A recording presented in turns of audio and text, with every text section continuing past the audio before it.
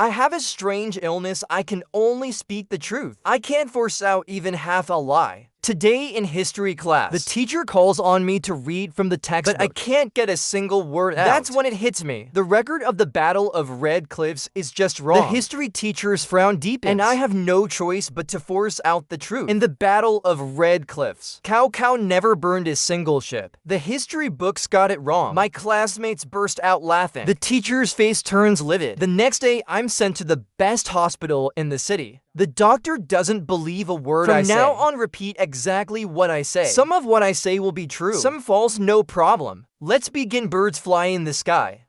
Birds fly in the sky. I didn't sneak the pudding out of the fridge. I can't get the words out. Yesterday at 3 p.m., I had a cup of black coffee in the duty room. You had a cup of black coffee in the duty room. At 3 p.m. yesterday. The underwear I'm wearing today is black. You're not wearing any underwear at all. The doctor freezes, looking a little embarrassed. What, are you sure you're not just guessing?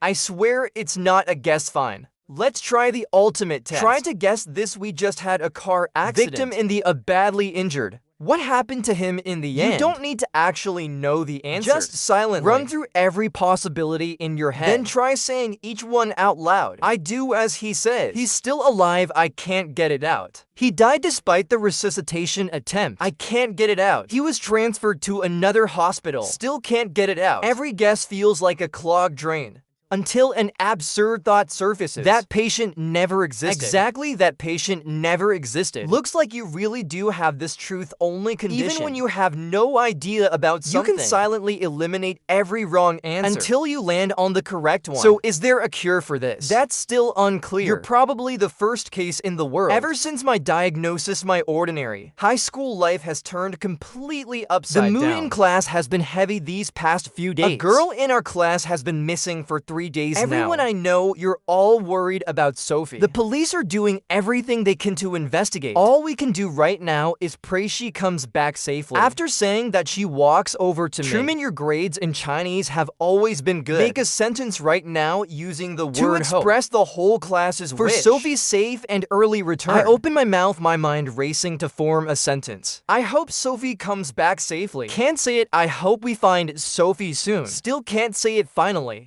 I follow the one thought that can actually push past my throat and say it out loud, my voice shaking. I hope everyone can accept sooner that Sophie is already gone. The moment those words leave my mouth, the entire classroom falls so silent. You can hear a pin drop. Truman, what nonsense are you spouting? How could you curse Sophie like that? Teacher, I have a condition. I can only speak the truth. This is my diagnosis. The teacher takes it, glances over it, and her face darkens. She immediately picks up the phone. Half an hour later, I'm taken to a conference room. A man walks in. Truman, don't be nervous. I already know about your condition. You said in class that Sophie is gone. Is that something your condition told you? I don't know. I can only say what's true. I can't say a lie. I understand now. Repeat after me. Sophie went missing 3 days ago. Sophie went missing 3 days ago. Right after school let out. The last time she appeared on camera was in the alley behind the school's back gate. We police suspect she was abducted. We police suspect she was. I can't say it's Sophie left on her own.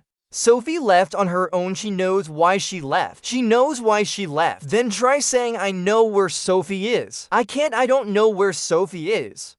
That's fine. Let's try a different approach. Silently run through possible locations in your head. The street, a mall, the river bank, the mountains. I close my eyes and do as told. At home, at a classmate's house, at an internet cafe in the suburbs by the river. Every one of these thoughts slams into an invisible wall in my throat just as I'm about to give up. A chilling phrase flashes through my mind. Sophie is underground. Underground where? Be specific. The school's basement or a subway tunnel. I try hard to say the school's basement. Can't. Subway tunnel. Still can't. I desperately search my mind for the one correct answer. Sophie is right beneath us. The conference room instantly falls dead silent. Captain Shu's face stiffens as he stares down at the polished tile floor. He looks back up at me half an hour later. A construction crew arrives right here. Pry it open, hurry. 10 some minutes later, a hole is cut into the floor. Captain Shu, it's hollow underneath, and there's a large suitcase. My heart leaps into my throat. Captain Shu climbs down immediately. The suitcase is dragged out. Soon after they open it, it's empty except for Sophie's dorm ID card. We found something of Sophie's. What exactly happened here? After saying that, he hands me the card.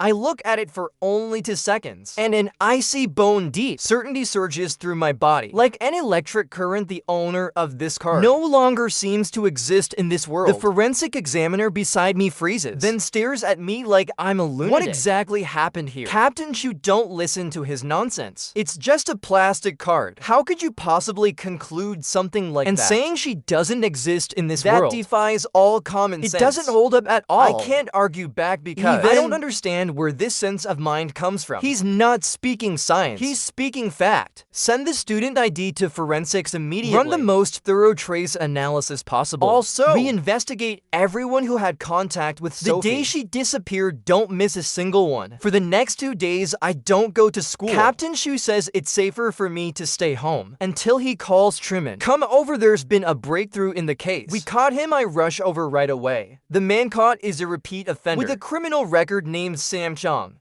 We went through all the surveillance footage near the location where she disappeared and found him loitering suspiciously in the alley behind the school during the exact time window. After we interrogated him, he's already confessed to abducting Sophie. Our human lie detector here, help us read this case, tell us what you sense. I take a deep breath, staring at Sam Chong in the interrogation room, trying to piece together the truth in my mind. He abducted Sophie, can't say it. He's telling the truth, still can't say it. He's never even met Sophie. Impossible he even got the crime details right. And he gave up the location where he hid Sophie. Our team's already on the Truman. Could your ability be wrong this time? Just then the office door bursts open. Captain Shu, bad news.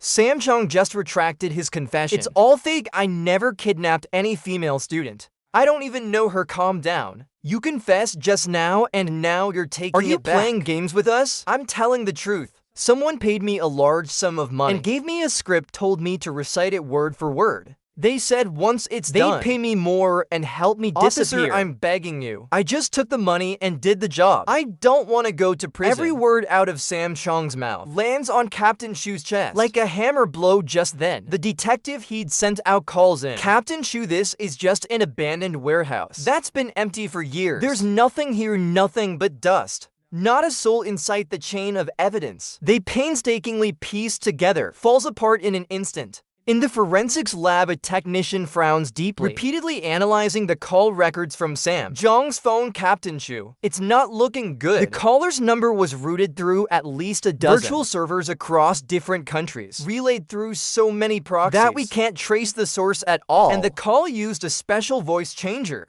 The audio track was encrypted. We can't recover his real voice at all. What about the money? Didn't he say he received a large sum? Trace the money trail. We already did. He was paid in a highly anonymous cryptocurrency run through decentralized mixing transactions. Once the money left, it vanished like spilled water, sinking into a vast ocean of data. There's no way to trace the receiving address. It looks like whoever's behind this is using professional counter-surveillance methods. Back home, I start frantically searching online. Try every keyword combination I can think of. Suddenly, a post catches my eye, but they all say the facts I state are wrong. They think I'm crazy, but I know I'm not. Facts I see are just different from theirs. Some facts I don't even dare to speak aloud. They may have already found me. Those things weren't meant for me to know. I never imagined there could be someone else out there. Like me, I immediately open a private message. Don't ask any more questions. They can monitor everything. Delete every record. You're their next target. Run right after that. He sends a long, seemingly random string of numbers and letters. This is the only thing I can leave. You don't trust anyone. I try to ask more, but the system says the user doesn't exist or has been deactivated. Chill. Shoot straight up my spine to the top of my head. What is going on here? What place is this coordinate pointing to? I follow it to the location and arrive at an abandoned old district. Scattered around are pieces of communication equipment. The walls are covered with photographs. I'm drawn almost against my will to a photo of Sophie pinned at the center of the wall. Beneath it are a few jarring words. Prime adapter progress located. Status redacted. Looks like Shadow is also investigating Sophie's case and knows far more than I do. That's a photo of my dad when he was young. Died in a lab accident when I was 7. Why is his photo here? Beneath it are printed the exact same words. Truthgate Project First Generation Researcher. Cause of death highly suspicious. Was my dad's death never an accident at all? Truman, where have you been? You won't even answer your phone. Do you know how worried mom's been about you? Mom, was dad's death really an accident? I pull out my phone. On the screen is the photo of my dad that I just took. The worrying on my mother's face instantly turns to terror. Where did you get this photo? Your father died in a car accident. It was just an accident. You're not allowed to ask about this again. Do you hear me delete the photo? Delete it now. Her reaction is far too intense. I take a deep breath trying to comfort her mom. Dad died in an accident, but the words feel like hot iron jammed solid in my throat. Seeing this, my mother collapses onto the sofa. I turn and walk toward the room. That's always kept locked. Truman, don't go in there. There's nothing inside. It's my father's study. A familiar smell of old paper mixed with faint mothball scent hits me. I start searching everywhere, hoping to find something my father left behind. Finally, I dig up an unmarked old-fashioned black USB drive. I rush back to my room, lock the door behind me, and plug the drive into my computer. It asks for a password. My father's birthday wrong. My birthday wrong. Their wedding anniversary wrong. Every number combination I can think of related to my father turns out wrong just as I'm about to give up. I remember the word written in that abandoned room. Truthgate unlocked successfully. Inside is a recorded message. My son, if you're hearing this, it means the thing I feared most has happened after all. Listen carefully, son. Your condition is not a flaw, nor is it a curse. It's a gift passed down through generations in our family. It lets you see past appearances straight to the truth that's been hidden, to hear the voices that have been erased. This is humanity's most original instinct, the eye of true knowledge that so many sages once dreamed of possessing. But it's also the heaviest of curses, because it lets you see far too much truth that you were never meant to see. In the eyes of those who seek to control everything, you are a fatal threat. They will find you. They'll use every means to study you, to exploit you, till every last ounce of your value is wrung dry. Trust no one, especially any authority figure who suddenly shows excessive interest in your condition. I've left you a lead, a person who goes by the code name Shadow. If he reaches out to you first, it means things have become extremely dangerous. If you can't reach him, don't hesitate. Do whatever it takes to find the clues he's left behind. And then find the key that can fully control or end this gift. The truth itself holds no power. But once you see it clearly, the recording is suddenly drowned out by a burst of static that grows sharper and sharper, and it cuts off abruptly. I stand there frozen for a long time. The next day, I follow the final clue. Shadow hid within those coordinates. After waiting for a long while, a mysterious figure walks up. Are you Shadow, Truman? You've got more guts than your dad coming here alone. You knew my dad knew him. I knew him better than that. He's the only person in this world I'd ever call a friend, and the only one I'll always owe. What exactly is truth? My condition and my dad's death. What's really going on? Calm down, son. We don't have much time, so I'll keep it short. Your dad and I were both core researchers on the Truthgate project. It's not some ordinary research institution. It's a top-secret project controlled by a hidden, powerful organization, researching the link between human cognition and absolute truth. Exactly the kind of truth only ability you and I have. Your condition isn't an illness you acquired. It's an extremely rare recessive gene expression buried deep in the Chen bloodline. Under normal circumstances, it might never be activated in an entire lifetime, at most showing up as a bit of unusual intuition. Truthgate found a way to artificially trigger it.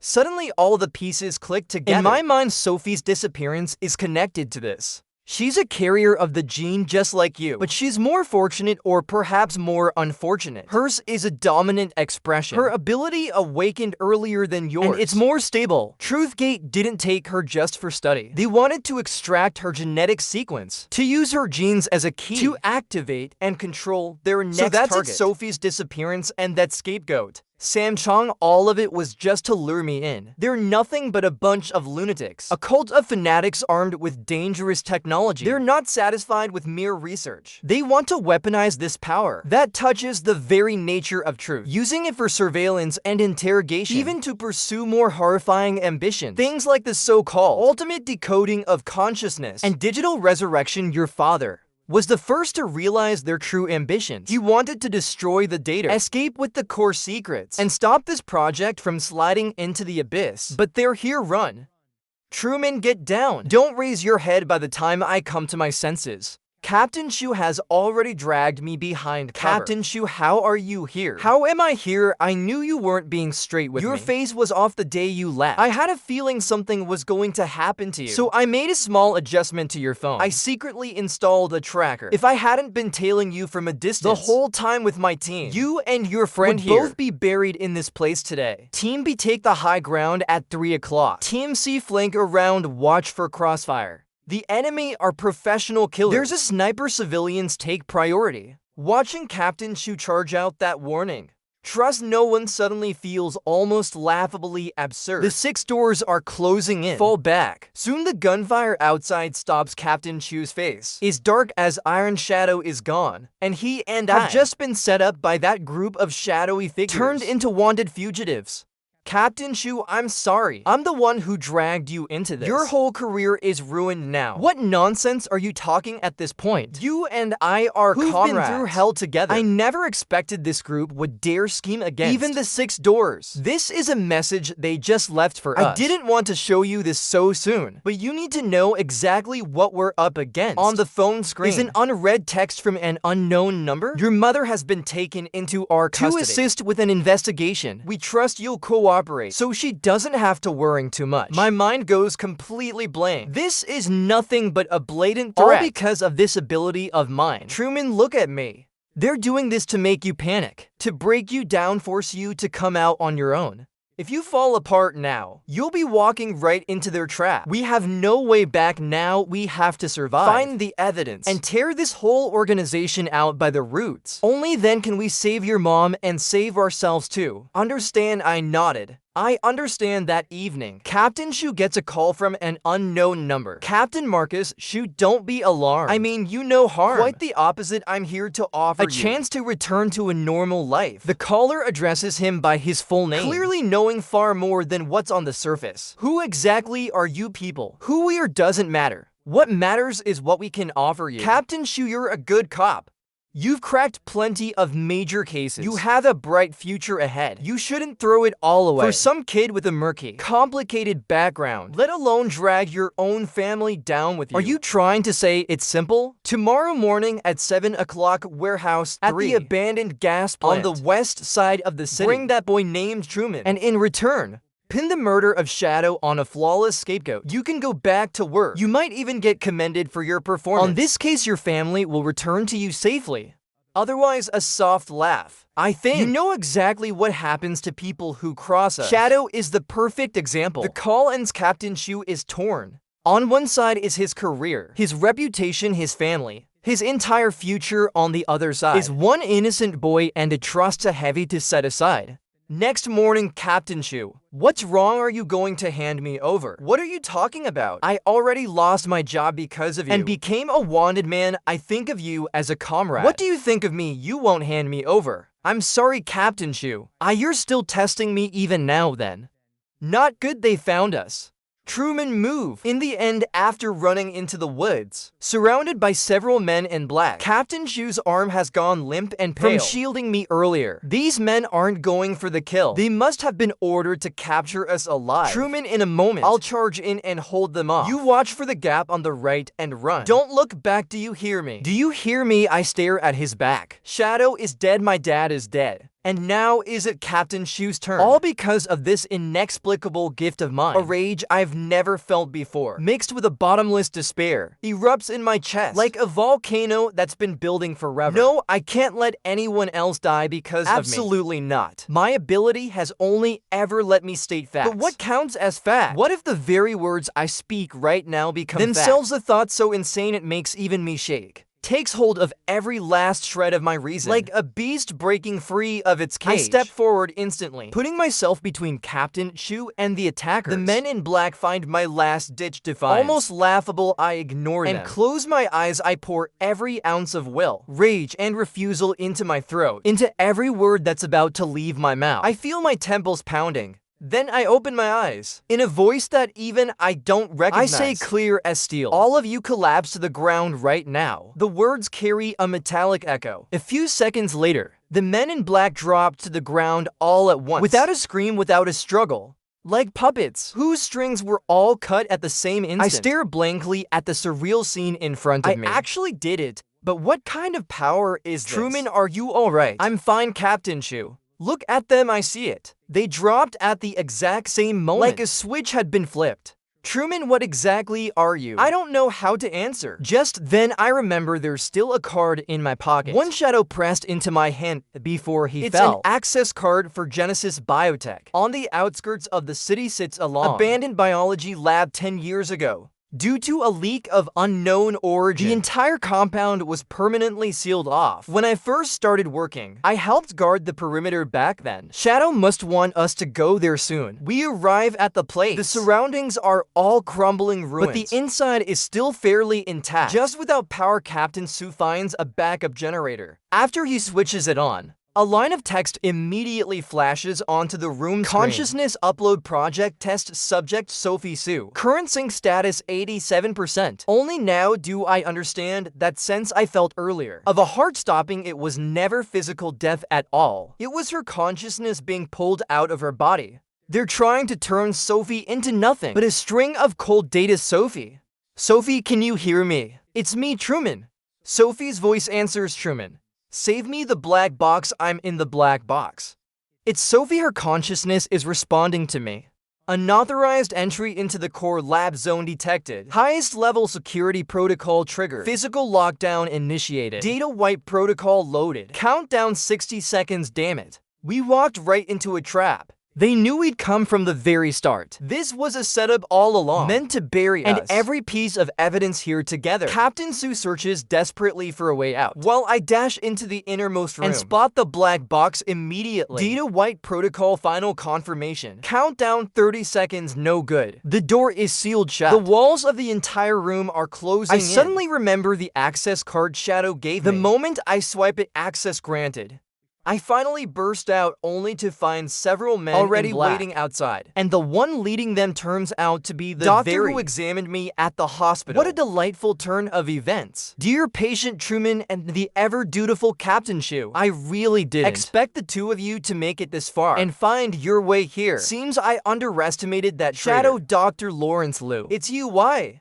Becoming a doctor was simply the most convenient way to observe my most precious specimen. Up close you.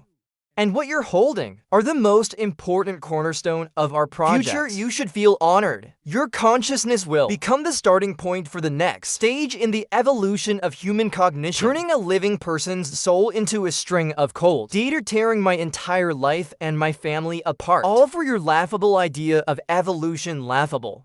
Fragile flesh is destined to decay. Only consciousness can achieve immortality. In the ocean of data, Sophie's consciousness, data isn't stable. It's like raw code full of conflicts and bugs. And you, Truman, a consciousness that can directly anchor absolute truth. You are the perfect stabilizer. We need your consciousness structure to rebuild Sophie. You're insane, you're nothing but a complete lunatic. Perhaps so. One more thing, your mother is currently enjoying tea in a very safe location. I think you understand what I mean. Hearing him use my mother as a threat, fury surges from the solace of my feet straight to the top of my head, followed instantly by a helplessness that nearly drowns me. Truman, take it and run. Forget about me, Captain Shu charges forward, and the scene erupts into chaos. But where could I even run to? My mother, my classmates, my friends. My entire life is already trapped in this web. I close my eyes, shutting out all the chaos and shouting around me, and focus every bit of my mental energy on the black box in my hands. I need an answer, Sophie. Answer me, I know you can hear me. How did my father really die? Researcher Theodore Chen refused to become the first-generation anchor and attempted to destroy the Truth Gate project's core, raw data, and biological sample archives. This was classified as the highest level of betrayal. The silencing protocol was carried out 3 years ago. Executor Dr. Lawrence Liu. It was you killed my father. Not good. His consciousness is going haywire. His mental force is too strong. It's going to slam straight into the system's core. Logic, all the noise outside fades away. My entire world holds nothing but a rage, powerful enough to burn down mountains. The power to command absolute truth roars inside me, slamming wildly against the walls of reality. You want my consciousness? Fine. Take it all and feel for yourself what it's like to be devoured whole by absolute truth. Stop him quickly. He's destroying the anchor's core logic.